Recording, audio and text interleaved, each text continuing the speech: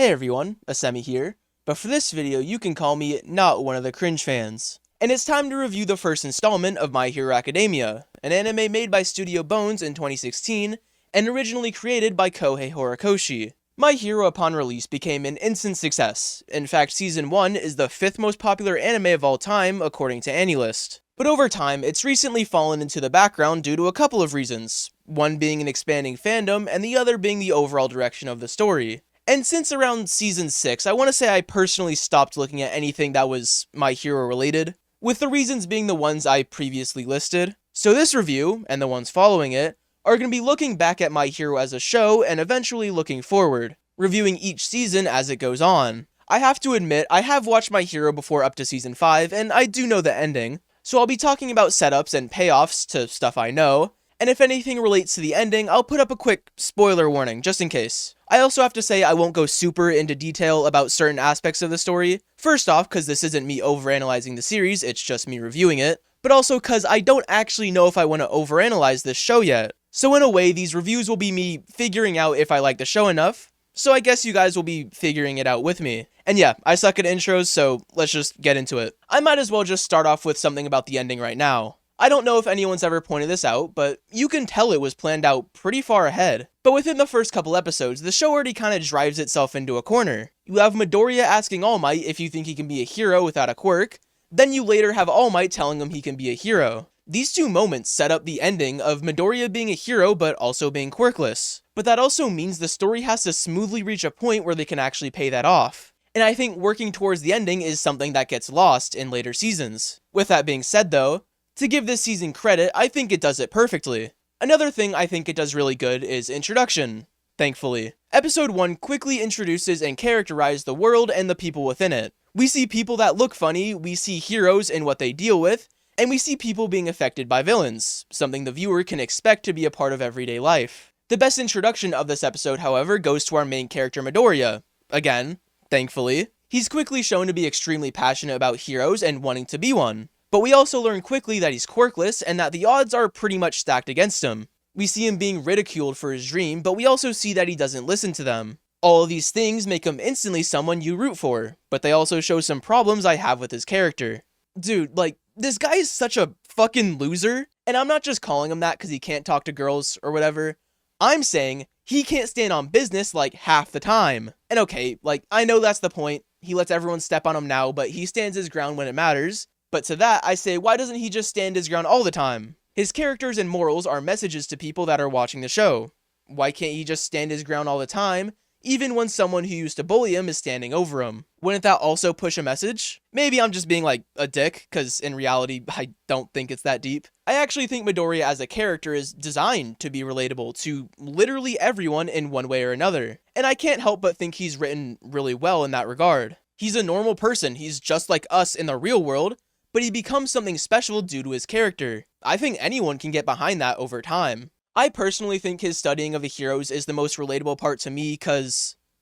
Well, did you think I was just overanalyzing Naruto because it's my favorite show and because I knew I could do it? Like, be for real. There's 3 distinct thirds of the story spanning over the 13 episodes in the season. The first third, or episodes 1 through 4, introduce Midoriya and flesh him out, while briefly introducing other important characters like Bakugo, Uraraka, and Ida. The second third, or episodes 5 through 9, officially introduce these characters like Bakugo, Uraraka, and Ida, and fleshes them out, while briefly introducing other characters like Todoroki, Mr. Aizawa, Asui, and Yaoyorozu that become important later on in the story. The final third fleshes out these characters, plus the ones I didn't mention, while also introducing a main villain / conflict that will be present for the rest of the story while being ready to be fleshed out. This allows the first season to feel like a staircase that leads up to the actual stories and arcs we see later, which also allows the story to explore certain avenues with these characters that were introduced and initially fleshed out. Characters like Ida, Uraraka, Tokoyami, Kirishima, Todoroki, Yaoyorozu, Asui, and Jiro, who I'm now calling Toka for the rest of this video, are perfect examples. Each character gets some sort of moment or arc later on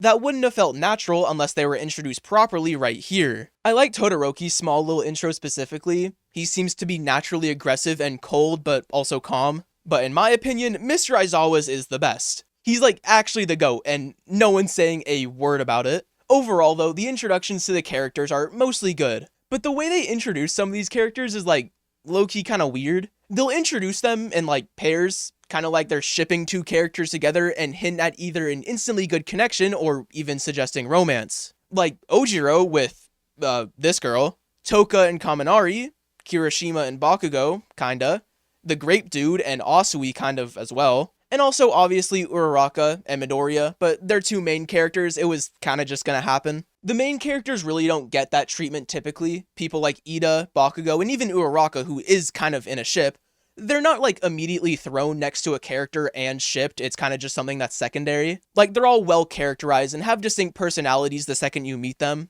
Uraraka is like a nice girl with a bubbly personality, Ida is a by-the-book guy with a good heart, and Bakugo pretty much has the opposite personality as Midoriya. The only other students that are like this are Todoroki and maybe Asui, but pretty much everyone else has the person they're connected with and their quirks as their personality. Which brings me into this. How are like half these people in UA? At one point or another in this season, half these people's quirks are being called like cool, excellent, or amazing, and to that I say, you're genuinely lying. My quirk is totally unfit for battle and we're gonna you have an incredible power! Really? Like, don't lie to him, no he doesn't. These are the people with the actual cool quirks, okay? That's it. Anyways, I probably should talk about All Might at this point, considering how important he is. A while back, me and fellow YouTubers Menoman and Enigma had a conversation about who was better written, All Might or Gojo. Back then, I said Gojo, but right here, I can confidently say, I was wrong. All Might is a really good depiction on what it means to be the strongest, and just going off what we see in the first season, we see everyone, including other heroes, leaning on him for support. And since he's the symbol of peace, he's gonna have to be that pillar of justice. Him being that, though, causes a ton of problems, as his status seems to be the reason that Shigaraki is so fixated on him. He also has to overexert himself on multiple occasions so he can uphold hope for everyone else. He's noble and strong while also being self-conscious and flawed like every other human. Like, both sides of him are really cool. The big buff All Might is what everyone sees him as, and the real All Might is who he is on the inside. I also just like the non-analytical parts of his character. I like how he's kind of just normal and like everyone else. He slips up with his words, he's goofy and awkward, and he even needs a script to teach a class. I also really like how he's kind of just the big guy with super strength. The fact that amongst all these super unique, notice how I didn't say cool, quirks, the symbol of peace is all around just like strong. It's kind of funny. The overall story of this season is pretty mundane, in my opinion. The season overall prioritizes introduction, so I think the story itself comes secondary, but I still think there's something to say about each third of the story. The first third, or rather the first 4 episodes, are split in half. 2 episodes are basic introduction, and 2 episodes are training and the test. There's a couple things here that I think are done well. First off, even though the training is only 1 episode, it feels like a grind. It feels like Midoriya genuinely worked for that, and why it feels that way is because of the training itself. We see the beach at the start, and then we see the beach at the end. This method makes us see the progress in real time. We don't see how much stronger Midoriya got because he fights someone. We see it because he just fucking cleared the beach. I also like that even though he trained like crazy, he still can't really fight the bots unless he has to save someone. And even then, he does it without thinking. Like, this moment pushes his character traits really well. It shows he's a pussy, which I mean, even though I don't like that part of his character, it still pushes it. What I really like about this moment, though, is that it pushes how heroic he is. Also, while showing how strong One For All is, while also just overall giving a really cool moment. Something about this third that feels weird, though, is that you can very much tell it really hasn't found its feet on certain things. Don't get me wrong, I think the big moments are done actually really well. Like when All Might told Midoriya he can be a hero, that's a really good moment. But it does feel really slow at times, and some things almost feel like it's taking too much time. But other than that, this third is just kind of good. The second third follows it well too. The second third of episodes, or episodes 5 to 9, cover a shit ton more. We get the Mr. Aizawa quiz thing, we get the first Midoriya vs Bakugo, and the Ida becomes class president thing. I think this is overall the most underrated third of the entire season, simply because of just how much gets done. Like, there's the intros to our side characters, yeah, but the actual story part does so much for these characters. For example, like, Ida, Uraraka, and Bakugo were all introduced in the previous third, but this one solidifies who they are. Bakugo and Midoriya's rivalry is fully established, and this little friend group is official and fun. Each character bounces off the other one really well, and they have defining character traits. The first part of this third pretty much just introduces us to this big fucking cast. This could easily be seen as a huge red flag, but I don't really think it should be. For reference, my favorite anime of all time has like 50 real characters, and then 50 other side characters, and then my second favorite anime of all time has 5 real characters and like 5 side characters. I'm saying this to show the point that I can go either way, and if My Hero can do something with this huge cast it's given itself, then I really don't think there should be any complaints about it. Anyways, other than that, I really don't have anything to say about Mr. Aizawa's test thing besides the fact that Mr. Aizawa is the GOAT again.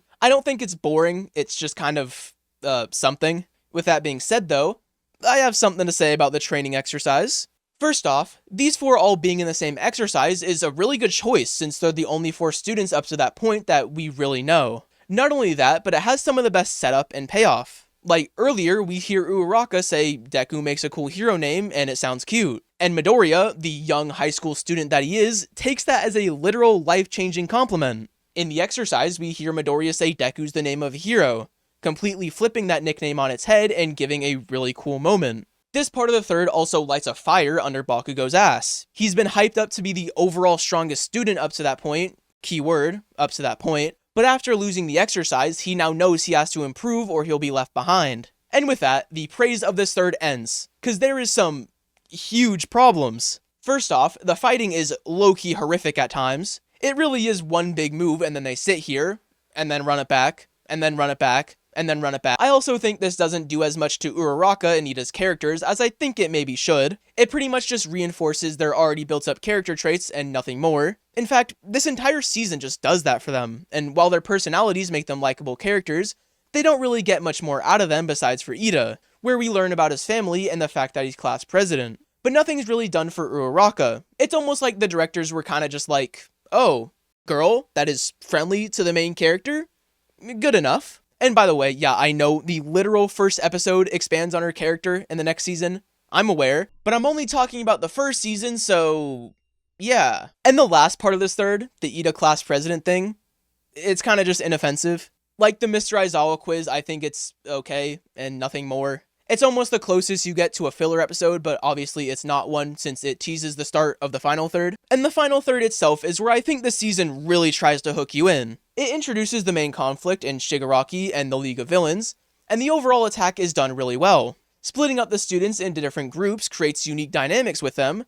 For example, they group Bakugo and Kirishima together, which is where their, ship kinda began. They pair up Uraraka and Ida together. They make the group of Asui, Midoriya, and Grape Dude, and they even tease the main trio in Midoriya, Todoroki, and Bakugo.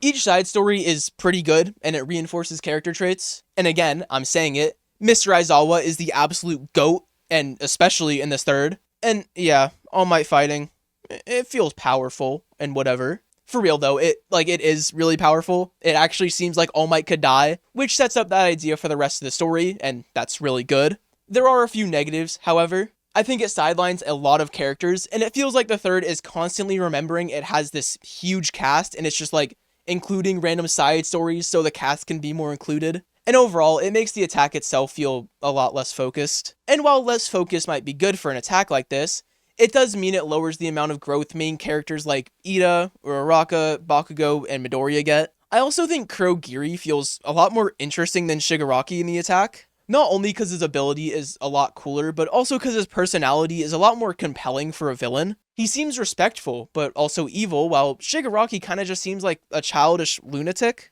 And while Shigaraki's intro here plays into his arc throughout the show, it's not something I can praise now, only something I can praise later. But other than those few negatives, this is by far the best third. It's got 5 big moments, and honestly, I'm saying this in the best way possible. The big moments carry this show. Overall, it's easily the best third, and it leaves the season on a high note. And honestly, other than that, I don't know if there's much else to say about this season. I think the previews are cool. I think it's fun for people who flat out just like these characters. I think the animation is really cool. The lines are over-exaggerated to make it look like a comic book. And I think the whole season itself is kinda just solid. It's a lot of introductions and a lot of exposition. And I've always had this philosophy around shows like My Hero where the first season can never really be a 10 out of 10. They purposely have a lot of exposition, introduction, and setting up, and since that's their main priority, it means the overall quality of the season suffers. And it's not a bad thing they do this, mind you, Because the story is still good, and the setup, exposition, and introductions are still good. It just means that they can't necessarily tap into the good moments or the well-written character arcs or super compelling story because they're starting at ground zero, and they still need to build up these moments. So for that, I'm thinking a solid 7 on the first season. Good at introductions and setup, but it's honestly nothing super special. Solid, but not groundbreaking. Good, but not great. I would recommend it too, since I think it's one of the better first seasons out of shonen animes. My favorite character is, honestly, I have no idea. You might have taken a guess and thought it was Mr. Aizawa. That'd be a good guess. Unfortunately, I don't have an answer. And yeah, this is my first time ever making a video like this, and there'll be more in the future. And if you want to support me more than just watching this video, you can become a member on Patreon. And yeah, My Hero Academia, Season 1, complete.